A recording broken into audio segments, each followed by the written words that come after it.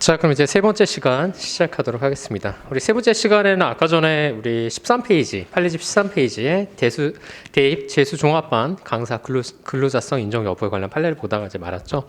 그래서 이 판례가 굉장히 이제 리딩 판례에 해당되는 부분이니까 여러분들 한번 잘 보시면 될 것 같고요.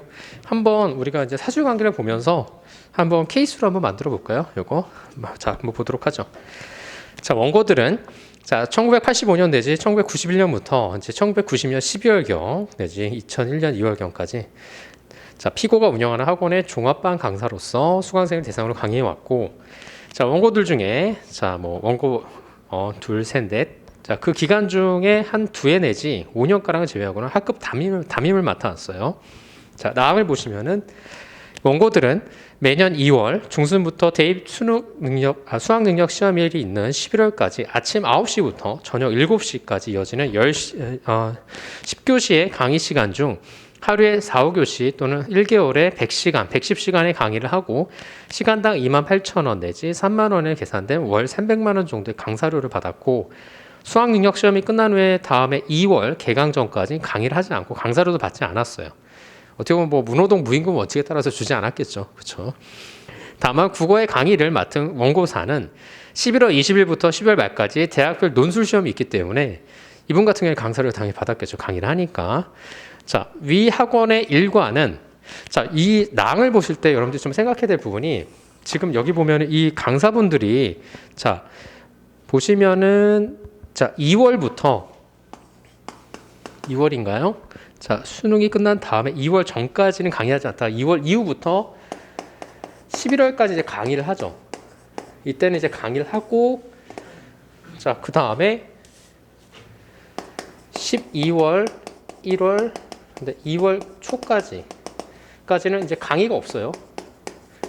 그렇죠?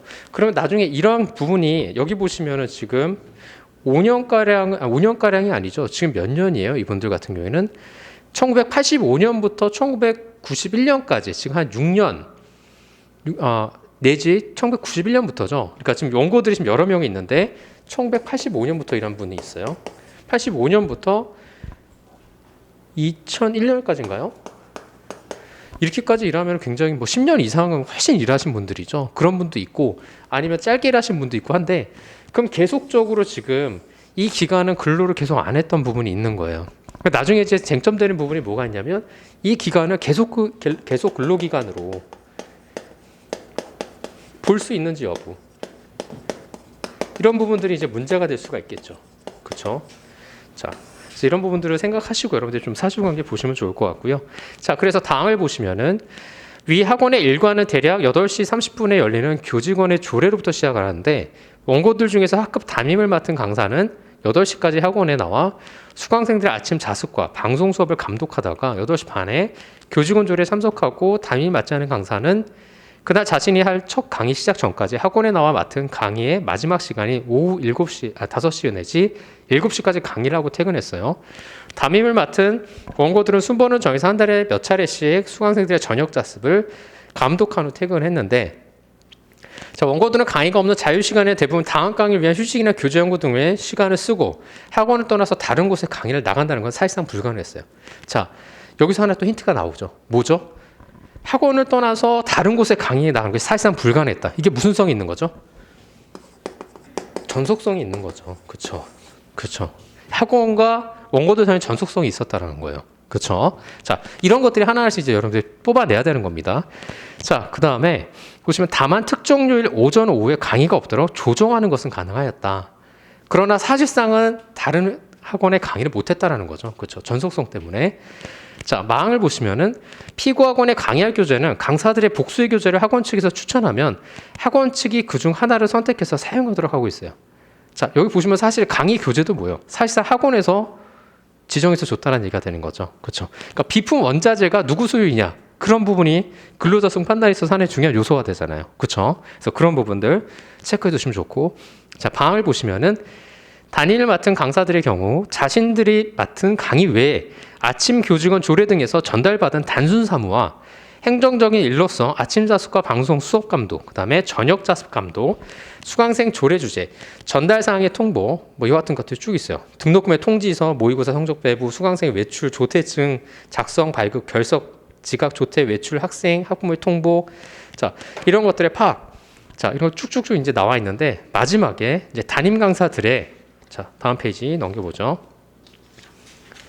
들에게 맡긴 업무를 처리해야겠어요. 그러니까 행정적인 업무가 굉장히 많았다는 거야. 담임을 맡은 사람들은. 자, 이와 같은 담임 업무 수행에 대한 대가로 월 30만 원의 담임 수당을 맡았어요. 사실상 담임 수당이라는 게 뭐죠? 다른 말로 하면 그냥 직책 수당인 거죠. 그렇죠? 직책 수당을 줬다는 거야. 담임을 맡았으니까. 그렇죠? 자, 그리고 담임을 맡지 않은 강사라도 필요에 따라서 모의고사 시험 감독 등의 업무를 부과해왔어요.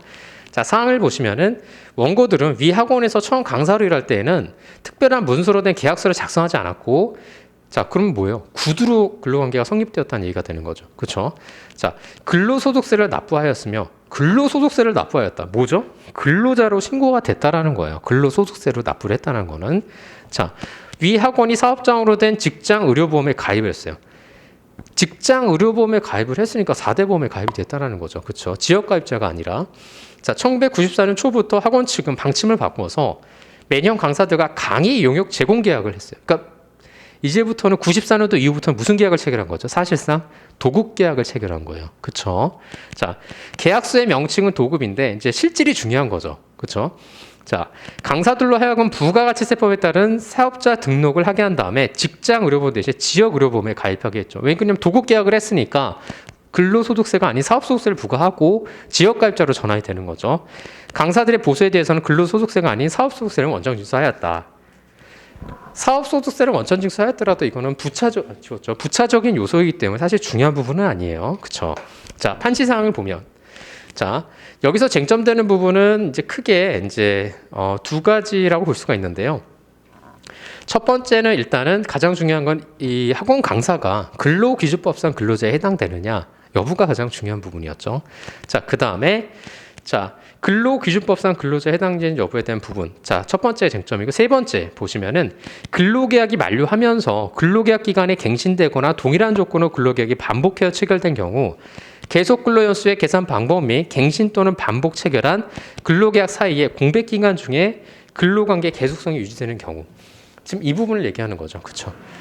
10년, 20년 아니면은 짧게는 5년 가까이 계속 이와 같은 형태로 계속 고용계약이 이루어지고 있었던 거죠. 사실상. 그러니까 이 단절된 기간을 계속 근로기간으로 볼 수 있느냐. 이게 하나의 또 쟁점이 될 수가 있는 거죠. 그렇죠? 근데 이제 요 사안에서는 뭐냐면 이제 나중에 이제 계약 기간 만료로 이제 학원에서 이제 강사들한테 통보를 했어요. 이제 갱신 거절 통보를 했는데 이 갱신 거절 통보라는 게 사실상 뭐죠? 해고라 볼 수 있는 거죠. 이 해고에 해당되느냐라는 것이 이제 문제가 됐던 그런 사안이었습니다. 그래서 사실상 쟁점은 세 가지였어요. 그러니까 첫 번째는 뭐냐면 학원 강사가 근로기준보다 근로자인지 여부. 두 번째가 뭐냐면 이 공백 기간을 계속 근로 기간을 볼 수 있느냐. 그리고 계약갱신 거절 통지가 해고에 해당되느냐. 이 세 가지가 가장 핵심적인 이제 내용이라 볼 수 있는데 한번 확인해 보도록 하죠. 자, 첫 번째 근로기준법상 근로자인지 여부. 가장 중요한 거는 사용종속관계가 인정되는 거예요. 그렇죠? 사용종속관계를 판단하는 부분은 아까 전에 이제 여기 여러 가지가 있지만은 종속 노동성이 있어야 되고 경제적 종속성이 있어야 되고 보수의 근로 대가성이 있어야 되고 그 다음에 뭐가 있어야 돼? 계약관계의 계속성이라든가 전속성이 있어야 되고 부차적인 요소가 있어야 돼요. 부차적인 요소는 15페이지에 나와 있죠. 세 번째 줄 보시면 중간에 다만 기본급이나 고정급이 정해져 있는지 근로소득세를 원천 징수하는지 그 다음에 사회보장제도에 적용을 받는지가 바로 부차적인 요소인데 이거는 아까 전에 말씀드렸지만 사용자가 경제적으로 우러한 지위를 이용해서 임의로 정할 여지가 크기 때문에 근로자성 판단에 있어서 중요한 요소는 아니다. 그래서 부차적인 요소라고 얘기하는 거죠. 그렇죠? 자, 사안의 적용을 한번 보죠.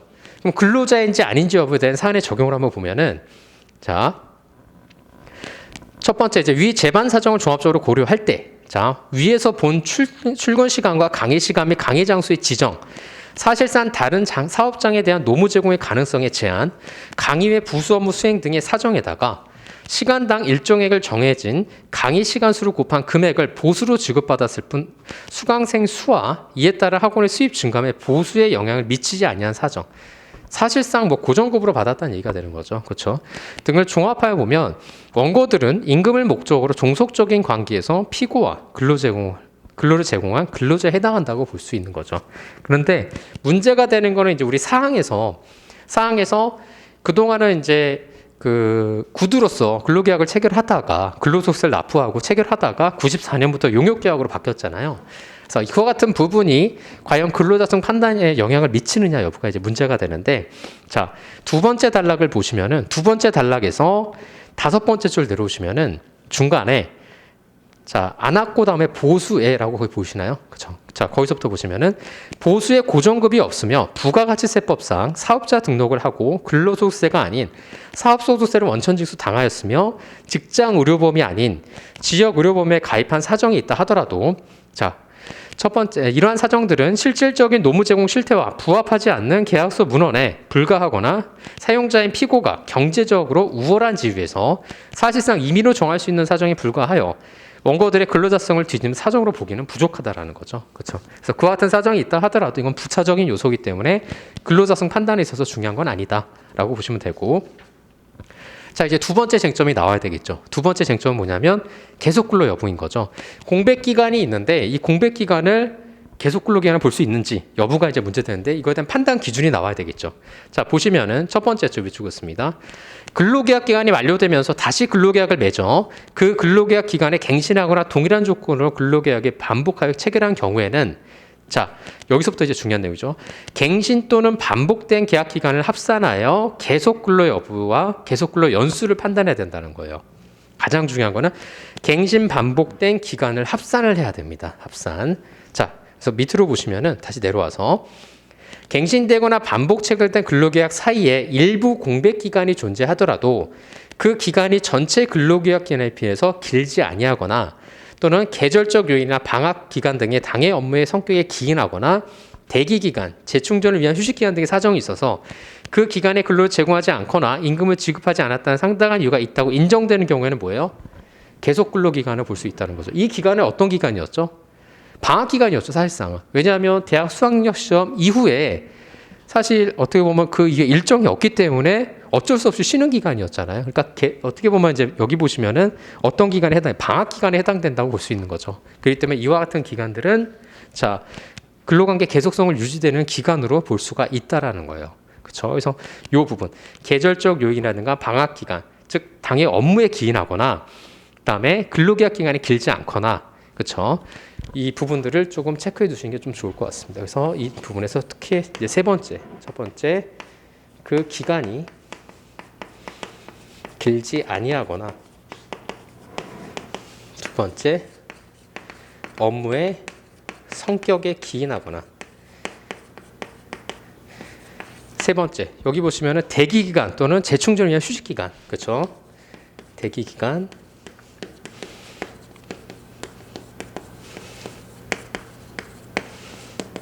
휴식 기간인 경우에는 이 기간을 계속 근로 기간으로 볼 수 있다라는 거예요.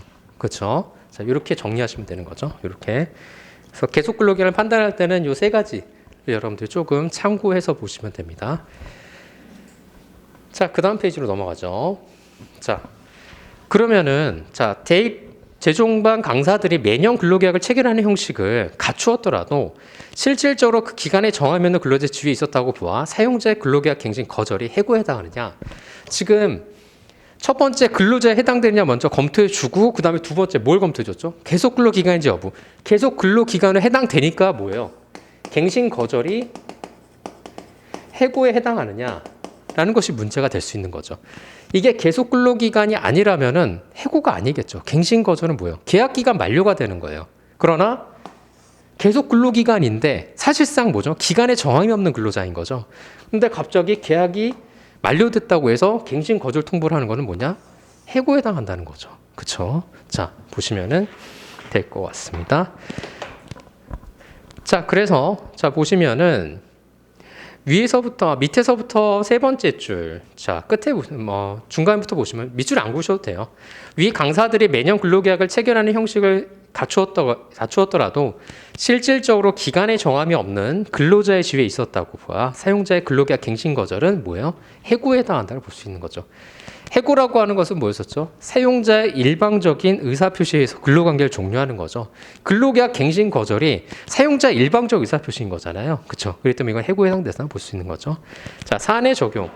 사안의 적용은 뭐 여러 가지 것들이 있습니다. 그래서 여기 보시면은 앞에서 봤던 부분들이 이제 중복되는 부분도 있기 때문에 여러분들이 한번 그냥 보시면 될 것 같고요. 자, 그래서 그 내용들을 한번 참고로 보시면 될 것 같습니다. 자, 그 다음에 18페이지, 18페이지 보시면은 두 번째, 지자체 주민자치센터 시설 관리의 운영을 위한 자원봉사자의 근로기준법상 근로자 여부.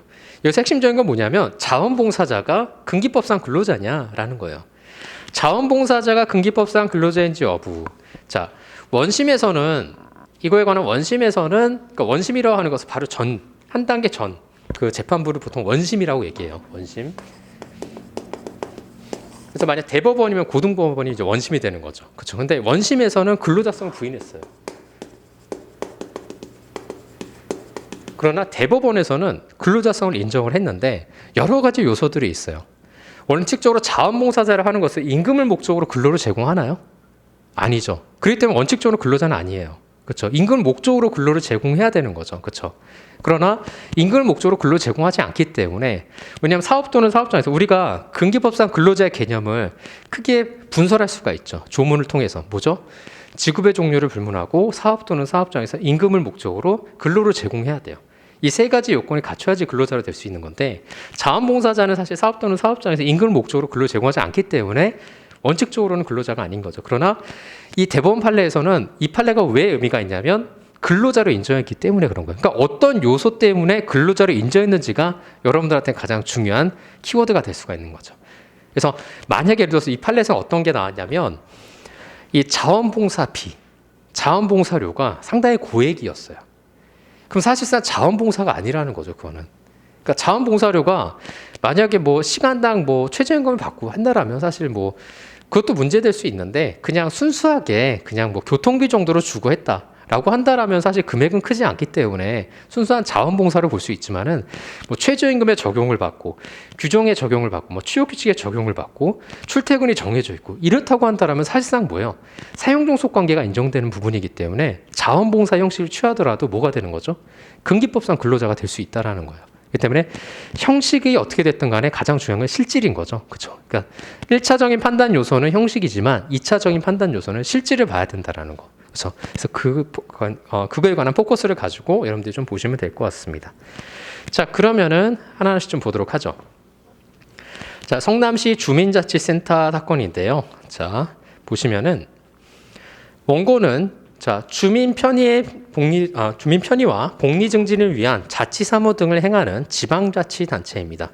자, 여기서 원고는 그럼 누가 되는 거예요? 지방자치단체니까 성남시가 되는 거예요. 성남시. 저 원고는 성남시입니다. 자, 원고는 주민자치 기능을 강화하기 위해서 지방자치법에 따른 성남시 주민자치센터 설치 및 운영조례 에 근거하여 주민자치센터를 설치하고 주민자치센터가 뭐 이제 예전에는 이제 동사무소 같은 이제 그런 개념이죠. 주민자치센터의 운영에 관한 사항을 심의 결정하기 위해서 주민자치위원회를 두었어요. 자, 그래서 뭐 이 사건 조례 등은 쭉쭉쭉쭉 이제 쭉 보시면 됩니다. 조례 내용 이런 거 다른 거 이거 보시면 될 것 같고 다음으로 넘어갈게요. 성남시 수정구 땡땡땡 동장은 2008년도 12월 18일 자 땡땡땡동 주민자치센터 시설 관리 운영을 위한 자원봉사자 모집 공고를 했어요. 이제부터 이제 구체적인 이제 쟁점들이 나옵니다. 위 모집 공고에는 신청 자격을 봉사 정신이 투철한 자 등을 역할로 그러니까 역할은 뭐냐면 시설물 청결 관리, 프로그램 운영에 관한 전반적인 보조 자원으로 채용 기간은 자 2009년 주민자치센터 프로그램 운영 기간으로 근무 시간이 월요일부터 금요일까지 9시부터 17시까지 2교대로 하고요. 지원 사항은 자, 1일 2만 원의 실비 보상금을 명시하고 있고요. 자, 참가인은 2009년 1월 3일 자원봉사자로 위촉되어 시설물 관리 및 프로그램 운영에 관한 보조 지원 등의 업무를 수행하였고 이후에도 자원봉사자에게 해촉되지 않고 계속 근무를 하였어요. 자, 이제 기본적인 사실관계를 잘 파악하시기 바랍니다. 자, 원고 측은 자 쭉 보시면은 이 사건 주민센터 자원봉사자 모집 공고에서 여기서 원고는 누구죠? 성남시죠, 그렇죠? 근무 일시를 주간 오전, 주간 오후, 야간 주말 이렇게 나눠서 담당 업무에 수강생 모집 및 강사, 관리 보조, 그다음에 프로그램 안내 상담 등을 추가하였고 참가인들은 이제 자원봉사자로 재위촉이 됐어요. 그러니까 어떻게 보면 업무가 계속 이제 추가가 된 거죠. 업무가. 자, 참가인들은 재위촉 이후에 원고 측에서 자원봉사자들의 업무 연속성과 총괄을 위한 총괄 관리자 지정을 요청함에 따라 자원봉사자들 사이의 의논 결과 참가인이 총괄 관리자로 선정되어 전일제로 근무했어요. 그러니까 자원봉사자 중에 총괄 관리자가 한 명 선출이 돼서 전일제로, 그러니까 9시부터 8시, 그러니까 어떻게 보면은 6시까지 이제 근무를 한 거죠. 이를 계기로 참가인은 2013년 2월경부터 이 사건 주민센터 회계 책임자 업무를 수행하기 시작하였어요. 이건 사실상 자원봉사자가 아닌 거죠. 자원봉사자한테 회계를 맡길 정도면은 사실상 이게 자원봉사는 아닌 거예요. 참가인은 총괄 관리자 및 회계 책임자로서 다른 자원봉사자들의 근태를 확인하고 이들에 대한 수당 집행 업무, 이 사건 주민센터 예산 집행 및 자금 관리 업무를 수행하였다. 뭔가 좀 이상하지 않아요? 그렇죠? 이게 자원봉사자인가요?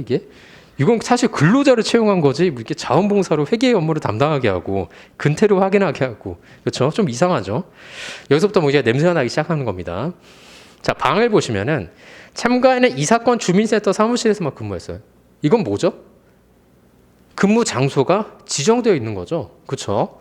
자, 참가인은 총괄 관리자로서 전일제 근무를 시작한 이후에는 매일 근무일지를 작성했어요. 근무일지를 작성했다는 건 뭐예요? 사용종속 관계가 인정된다는 거죠. 근무일지를 왜 작성해요? 자원봉사자가. 그렇죠? 자, 땡땡땡동 총무 주무관으로부터 매일 또는 일주일마다 확인을 받았어요. 뭐 더 확실한 거죠. 그렇죠? 사용종속 관계가 있다는 거예요. 이 주무관하고. 그렇죠? 자, 그다음에 뭐 참가인은 자, 2014년도, 2015년도 이 사건 주민센터 수입 지출 내역 뭐 행정감사자로 작성해 제출하기도 해왔다.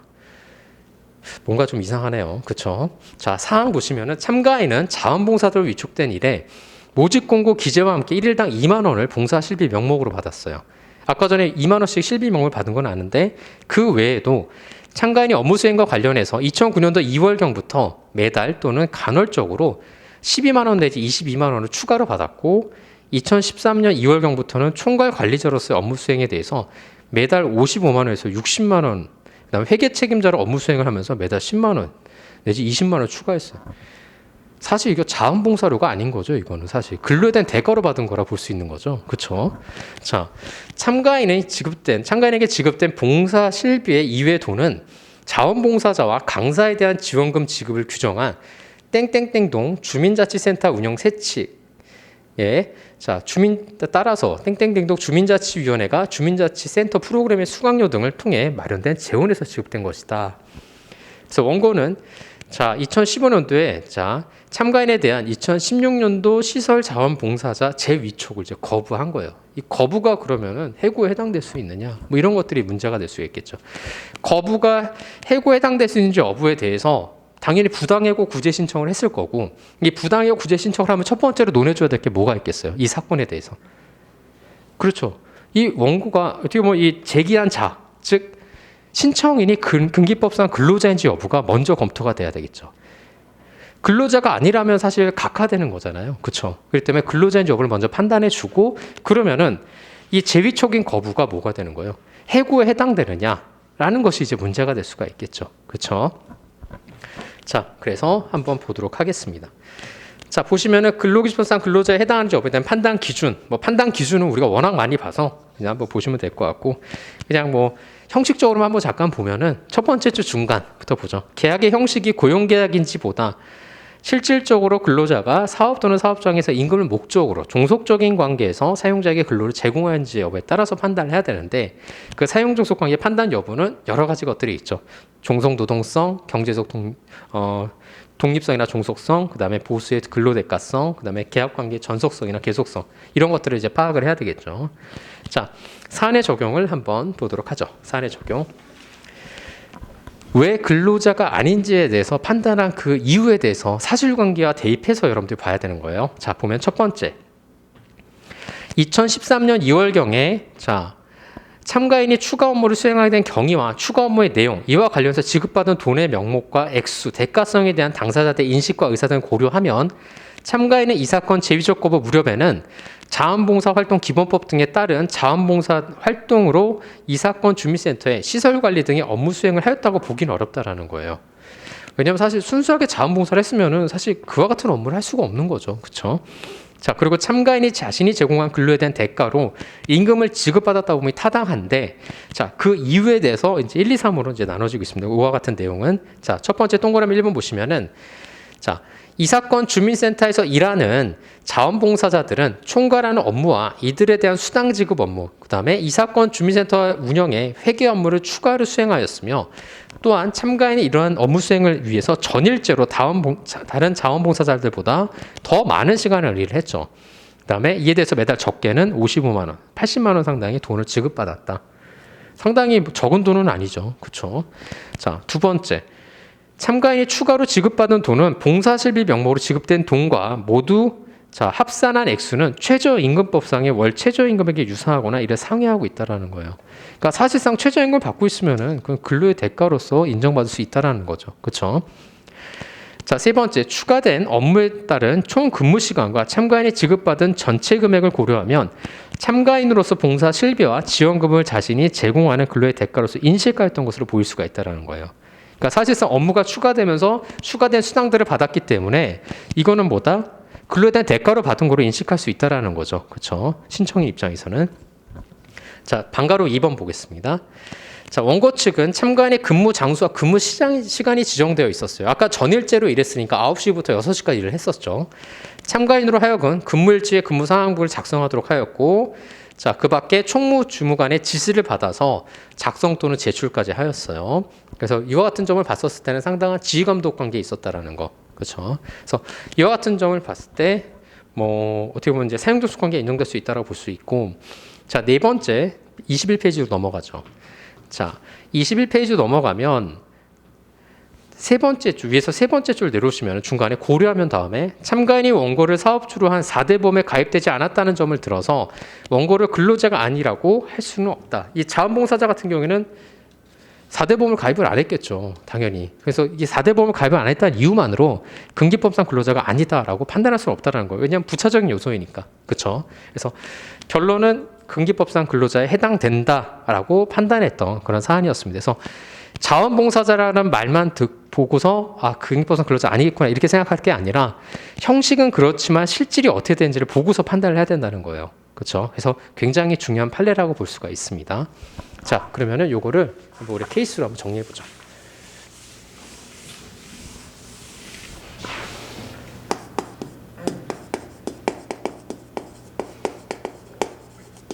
자, 첫 번째 이제 우리가 가장 중요하게 먼저 다뤄야 될 부분은 이 자원봉사자가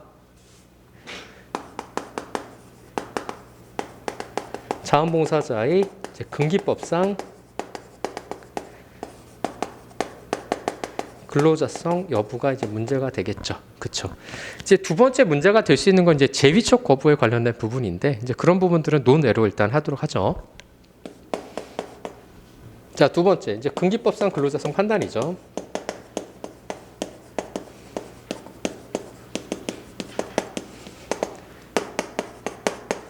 자, 의의는 뭐 써주면 되나요? 우리 의의는 주문 뭐가 있죠?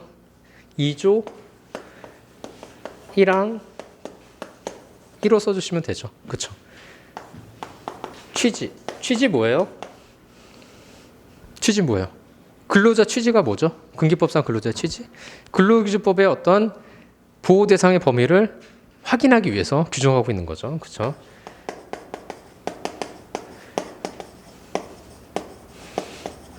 중요한 키워드가 되는 거죠. 자, 세 번째. 근기법상 근로자 개념. 뭐죠? 첫 번째, 직업의 종류를 불문하고. 그렇죠?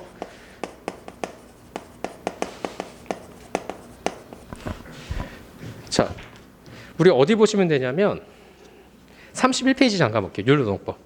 31페이지에서 여기 의의, 취지 이거 쓰시면 되고 그 다음에 바로 두 번째 근기법상 근로자 개념이 있죠. 직업의 종류와 관계없이 불문하고. 그렇죠? 이거 쓰시면 돼요. 두 번째, 사업 또는 사업장에서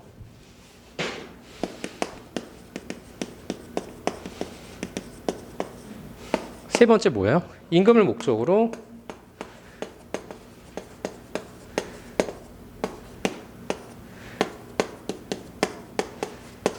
근로를 제공. 이 세 가지 써주시면 되죠. 이제 다 쓴 거예요. 이제 그 다음에 네 번째 뭘 써주면 되는 거죠? 근기법상 근로자성 판단 기준. 그렇죠. 이거 써주시면 되죠. 그래서 첫 번째 종전 판례 이런 거 쓰시지 않으셔도 되고요. 그냥 쫙 판례 입장 써주세요. 근데 뭐 원칙 쓰셔도 되고 두 번째 그 다음에 부차적 요소 이렇게 나눠서 쓰시면 좀 좋죠. 그래서 부차적 요소 세 가지 있었었죠. 첫 번째 뭐였었죠? 기본급이나 고정급 유무. 두 번째 뭐였었죠? 근로소득세를 원천 징수하는 여부.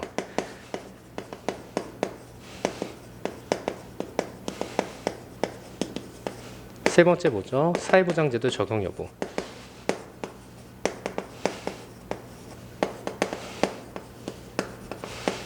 요거 써주시면 돼요. 요거. 그러면 이제 다 쓴 겁니다. 이론 다 쓴 거고 그 다음에 이제 세 번째 뭐죠? 사안의 적용 들어가야 되죠.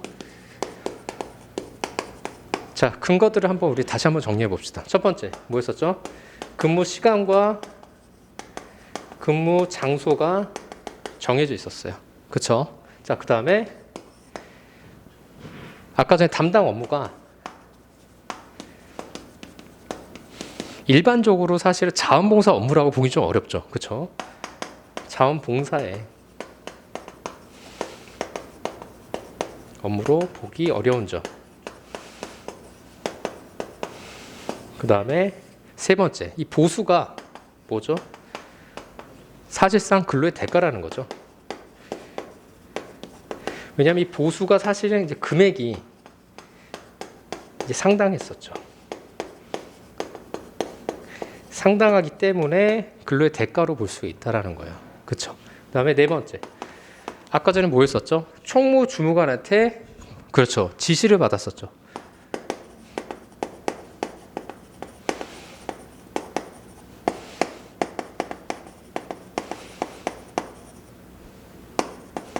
자, 이와 같은 점들을 종합적으로 고려할 때 뭐죠?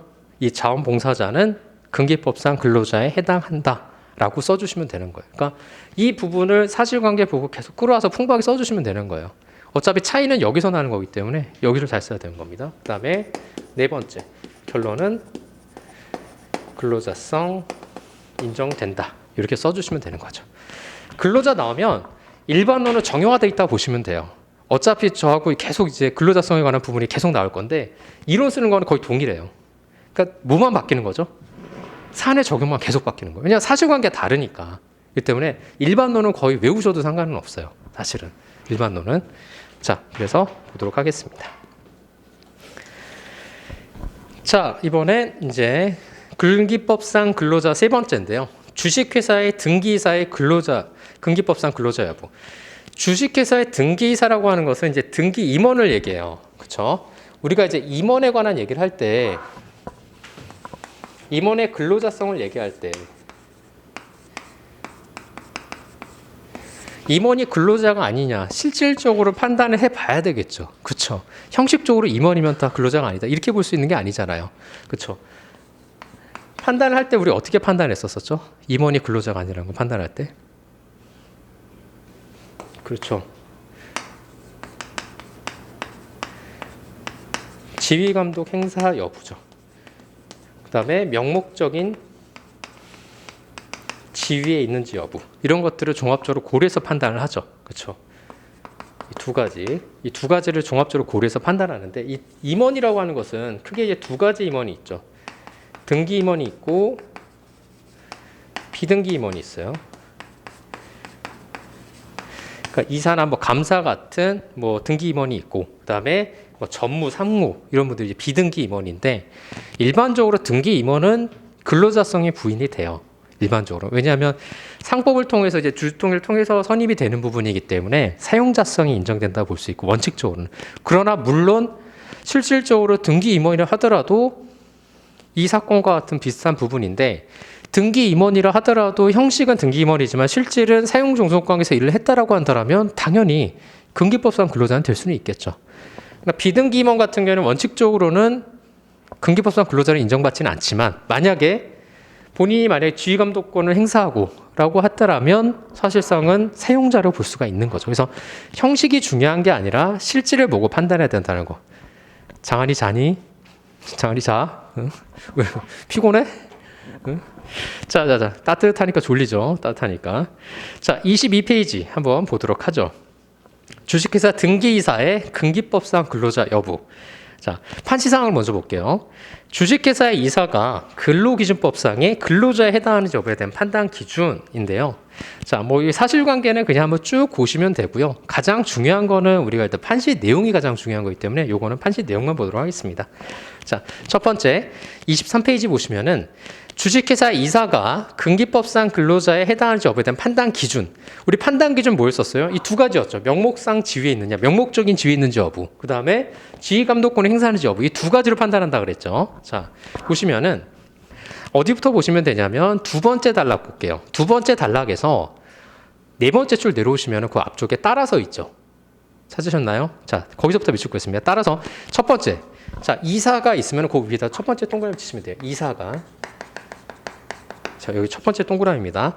이사가 상법상 정하여진 이사로서의 업무를 실질적으로 수행하는 한편 회사의 경영을 위한 업무를 함께 담당하는 경우에 자, 담당하고 있는 전체 사무의 실질이 사용자의 지휘감독 아래 일정한 근로를 제공하는 것에 그치지 아니하면 그 이사는 회사로부터 위임받은 사무를 처리한 것으로 볼 수 있다는 거예요. 처리할 수 있다는 거. 자, 그 다음에 자, 두 번째로 보시면은 주식회사의 이사가 정관이나 주주총회 결의에 정한 바에 따라서 지급받는 보수는 원칙적으로 상법 제388조의 규정에 근거한 것으로 볼 수 있으므로 자, 또한 회사의 규정에 의해서 퇴직금을 지급받는 경우에도 그 퇴직금은 원칙적으로 재직 중에 위임 사무 집행에 대한 대가로 지급되는 보수 일종이라 할 수 있으므로 보수와 퇴직금을 지급받았다고 하여 그 이사가 반드시 근로자의 지위에 있다고 볼 수는 없다라는 거예요. 이 두 가지가 가장 이제 중요한 부분이라는 거. 그래서 가장 중요한 키워드는 이 두 가지. 명목상 지위에 있는지 여부, 지휘감독권 행사하는지 여부. 이 두 가지를 사실관계를 보고 판단을 하셔야 되는 겁니다. 그래서 이걸 보시면 되고.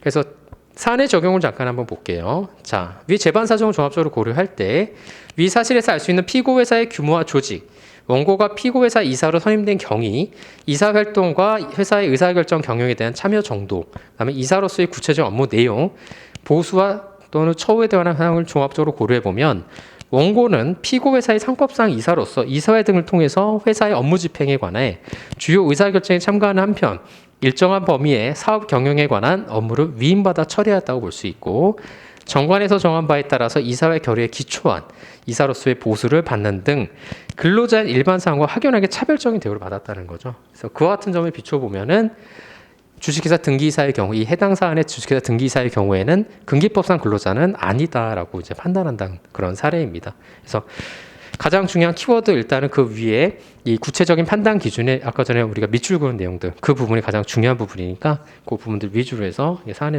적용을 하시면 될 것 같아요. 그래서 그거 보시면 되고요. 자, 그 다음에 24페이지입니다. 자, 야쿠르트 위탁 판매원의 근로기준법상 근로자 여부인데요. 요 판례가 제가 한번 연기 때 소개시켜 드렸던 것 같긴 한데 다시 한번 보도록 하죠. 사실관계를 잠깐 먼저 요약을 하자면 먼저 갑이라는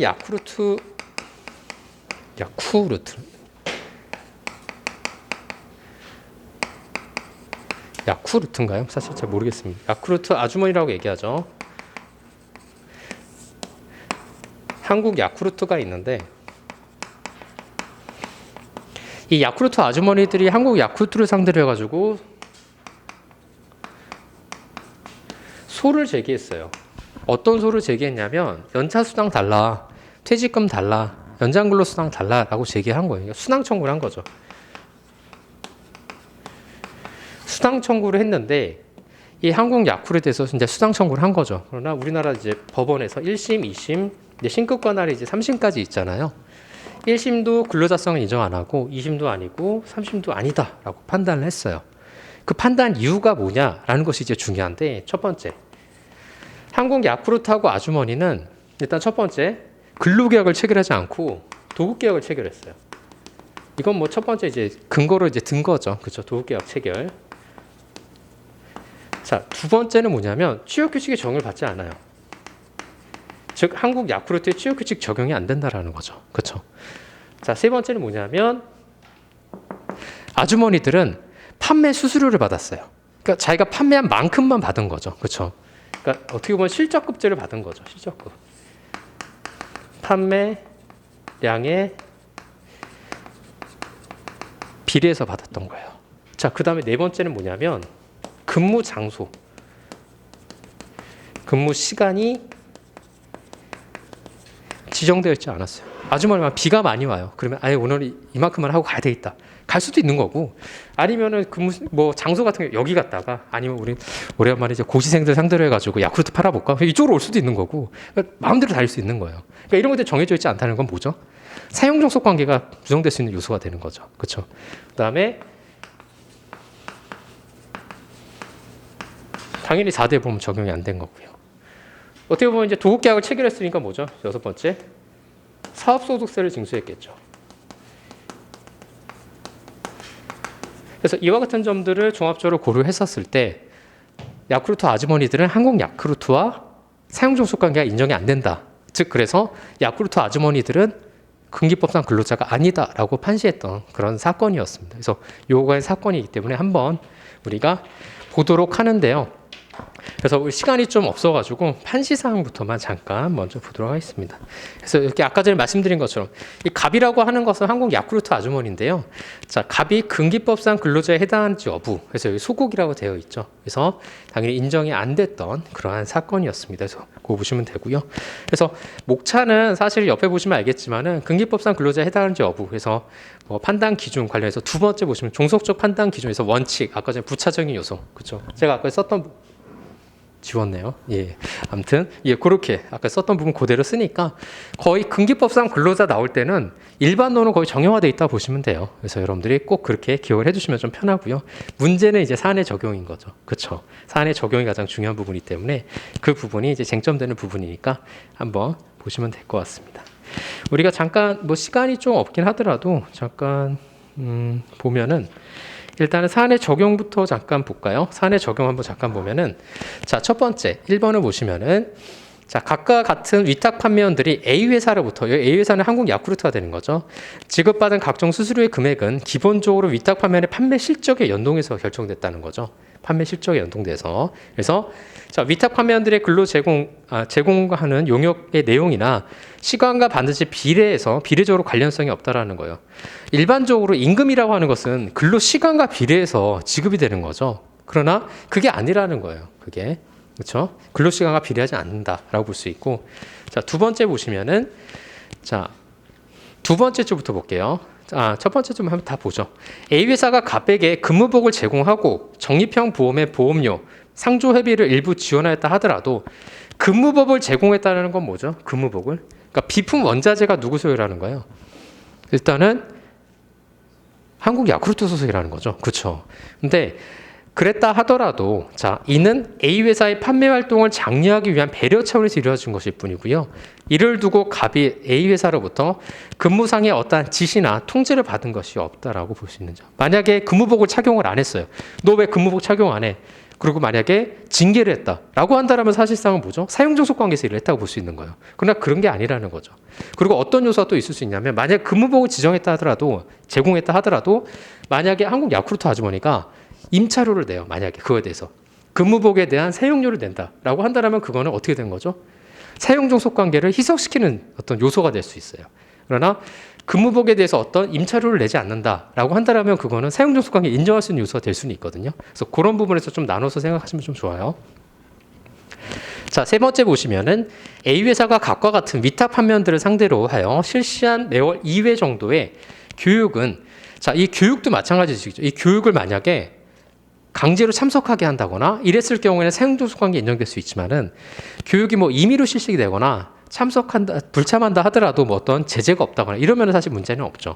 그래서 위탁 판매원들의 판매 활동을 위해서 A 회사가 위탁자의 지위에서 행하는 최소한의 업무 안내 및 판촉 활동에 대한 독려에 불과할 뿐, 이로써 위탁 판매원들이 A 회사로부터 위탁 판매 계약에 따른 용역 제공 과정에서 구체적인 지휘 감독을 받았다고 보지는 아니하는 점. 자, 네 번째 보죠.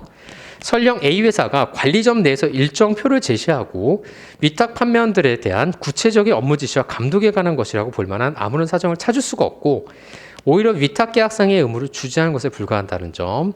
그러니까 어떻게 보면은 관리점 내에서 어떤 일정 표를 만들어 가지고 그 시간을 통제하거나 이랬을 경우에는 사용종속 관계가 인정되지만 그런 것들이 보이지 않았다라는 거예요. 자, 그다음에 다섯 번째 보시면은 위탁 판매원들에 대한 A 회사의 일반 직원들에 적용되는 취업규칙 등 복무 규정이 적용되지 않아서 위탁 판매원들이 어떤 의무 위반에 대해서 A 회사로부터 어떤 불이익을 당한 그런 사례가 없다라는 점, 이런 것들도 하나 볼 수 있고, 자, 그다음 여섯 번째, 세법이나 사회보장제도에 따른 법령에서 근로자의 지위로 인정받지 못하고 있는 점, 즉 4대 보험을 가입을 안 하거나 그다음에 근로소득세를 원청지수하지 않고 사업소득세를 내고 있다는 점, 뭐 이런 것들도 하나의 요소로 이제 근거로 든 거죠. 그래서 근기법상 근로자가 아니다라고 판단했던 그런 사안이었습니다. 그래서 사안의 적용을 먼저 봤는데 사실관계는 사안의 적용을 먼저 이해한 다음에 보니까 아마 좀 더 빠를 거예요. 그래서 우리가 지금 시간이 없어서 일단은 잠깐 쉬었다가 이제 다음 시간에 사실관계를 보면서 한번 정리를 해보도록 하죠. 자, 그러면 잠깐 쉬도록 하겠습니다.